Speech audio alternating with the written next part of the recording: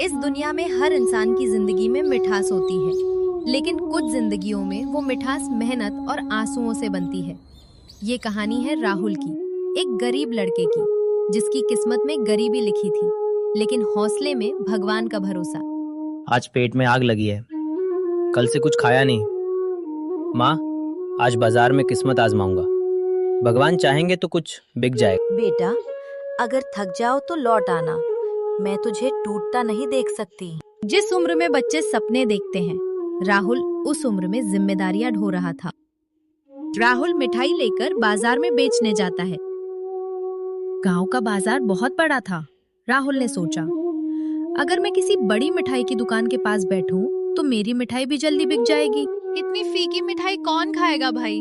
देखने से ही लग रहा है न स्वाद होगा न मिठास। साहब, सस्ती है, आज सुबह ही बनाई है, एक बार चख लीजिए। अरे रहने दे, गरीबी का स्वाद नहीं चखना मुझे। दुकानदार सब देख रहा था। वो राहुल के पास आया। ओए लड़के, यहाँ से हट जा। कहा ना, तेरे ठेले से मेरी दुकान की रौनक खराब होती है। माफ कीजिए साहब, थोड़ी देर खड़ा हो जाऊं तो आज कुछ बिका नहीं है। मेरा इलाका है ये, गरीबों की दुकानदारी के लिए नहीं बना। गरीबी का सबसे बड़ा दर्द भूख नहीं होती, अपमान होता है, जो रोज इंसान को अंदर से तोड़ देता है। अरे ओ गरीब, मिठाई बनाना तुझे किसने सिखाया? भीड़ रुककर देखने लगती है। सेठ जी, भूख ने। एक पल को भीड़ सन्न हो जाती है। वाह, भूख से बनी मिठाई? अरे इसे तो कुत्ता भी ना खाए।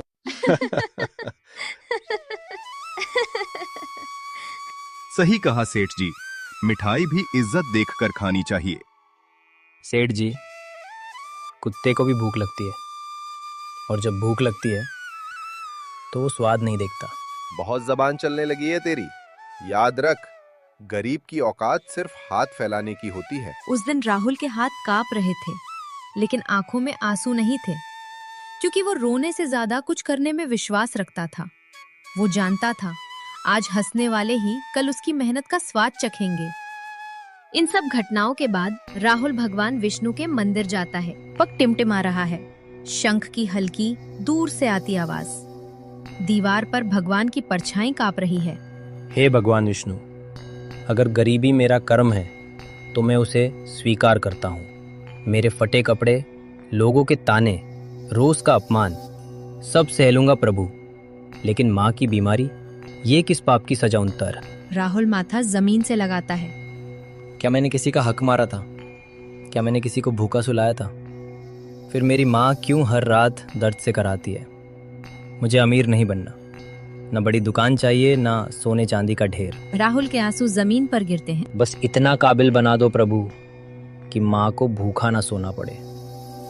इतनी ताकत दे दो कि उसकी दवा के लिए किसी के आगे हाथ ना फैलाना पड़े। अगर मेरी तकदीर में सारी उम्र मेहनत लिखी है तो मैं तैयार हूँ। मेरे हाथ छिल जाएं, मेरी पीठ झुक जाए, लेकिन माँ की आंखों में भूख और लाचारी मत लिखो। उसके चेहरे की मुस्कान मेरी सबसे बड़ी दौलत है। हे प्रभु, अगर आज कोई रास्ता नहीं दिख रहा तो मुझे रास्ता बनाने की हिम्मत दे दो। कुछ प्रार्थनाएं भगवान तक शब्दों से नहीं, दर्द से पहुंचती हैं। और उसी रात राहुल के अंदर एक मजबूत इंसान जन्म ले चुका था। रात बहुत अंधेरी थी, सब लोग सो रहे थे। राहुल और उसकी माँ सो रहे थे।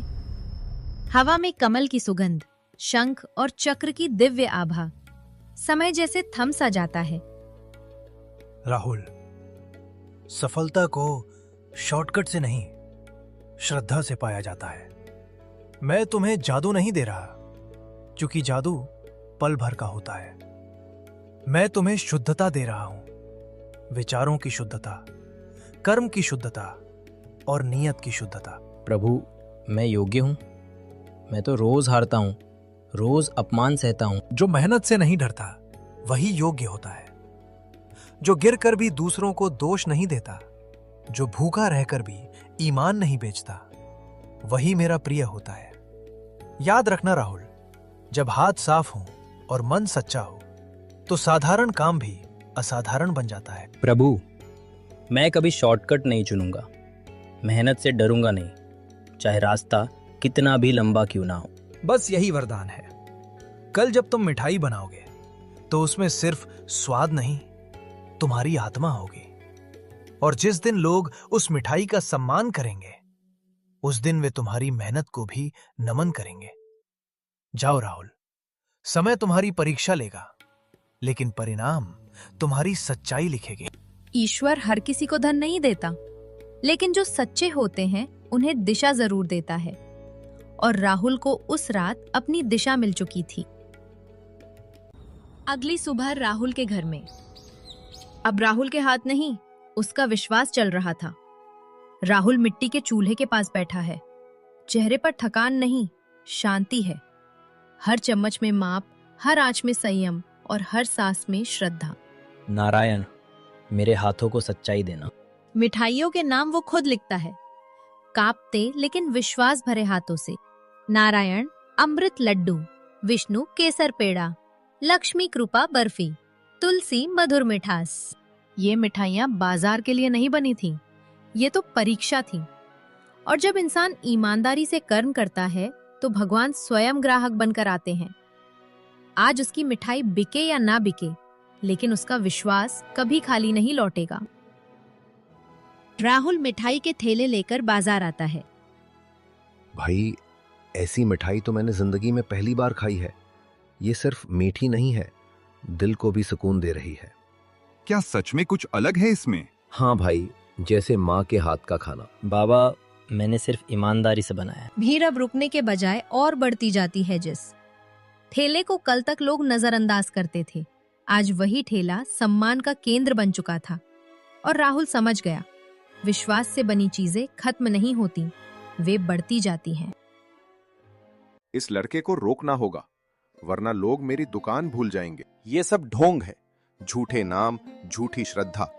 लोगों को ठग रहा है ये लड़का। मिलावट वाली मिठाई बेचता है, धर्म के नाम पर लोगों को बहकाता है। सेठ गोपाल दास ने राहुल को जाल में फंसा लिया। साहब, मिलावट वाली मिठाई बेचता है, धर्म के नाम पर लोगों को बहकाता है। ठेला जब्त करना पड़ेगा, जांच होगी। पुलिस ठेला उठाती है, वही ठेला जिसमें विश्वास बसा था। राहुल चुपचाप देखता रीधड़ा है। राहुल निराश है और घर चला जाता है। बेटा, फिर वही अंधेरा? क्या भगवान ने हमें फिर से अकेला छोड़ दिया? नहीं माँ, अंधेरा इसलिए आता है ताकि रोशनी की कीमत समझ आए। भगवान ने रास्ता दिखाया है, अंजाम भी वही लिखेंगे। माँ राहुल को देखती है, उसकी आंखों में डर नहीं, दृढ़ता है। तुझे भरोसा है? जब हाथ साफ हो माँ, तो डर नहीं लगता। जब सच्चाई बढ़ती है तो झूठ घबरा जाता है, और जब आस्था सच्ची हो तो हर जब्ती, हर आरोप सिर्फ एक इम्तिहान बनकर रह जाता है।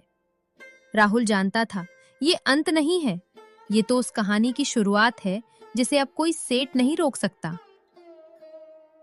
राहुल और उसकी माँ को झूठे आरोप में जेल जाना पड़ा। पुलिस लैब की रिपोर्ट हाथ में है। गांव का हर निवासी राहुल और उसकी खाने की रिपोर्ट का इंतजार कर रहा था। मिठाई पूरी तरह शुद्ध है, गलती हमारी थी। सेठ गोपाल दास सिर झुकाता है। राहुल, मुझसे बहुत बड़ी भूल हो गई, माफ कर। माफी नहीं सेठ जी, सबक काफी है। जहां अहंकार झुकता है, वही सच्चाई खड़ी रहती है। और उस दिन राहुल जीत गया, बिना किसी को हराए। राहुल अमीर बन गया, लेकिन उसने गरीबी को नहीं बुलाया, क्योंकि जो इंसान दर्द से सीखता है, वो कभी दूसरों का दर्द नहीं भूलता। याद रखना राहुल, जो मिठास बांटता है वही सच्चा अमीर होता है। और उसी दिन राहुल ने समझ लिया, दौलत हाथों में नहीं, दिल में होती है। राहुल की कहानी सिर्फ मिठाई की नहीं, ये कहानी है विश्वास, मेहनत और भक्ति की। क्योंकि जहाँ कर्म शुद्ध हो और नियत सच्ची, वहाँ भगवान रास्ता खुद बना देते हैं। Thanks for watching.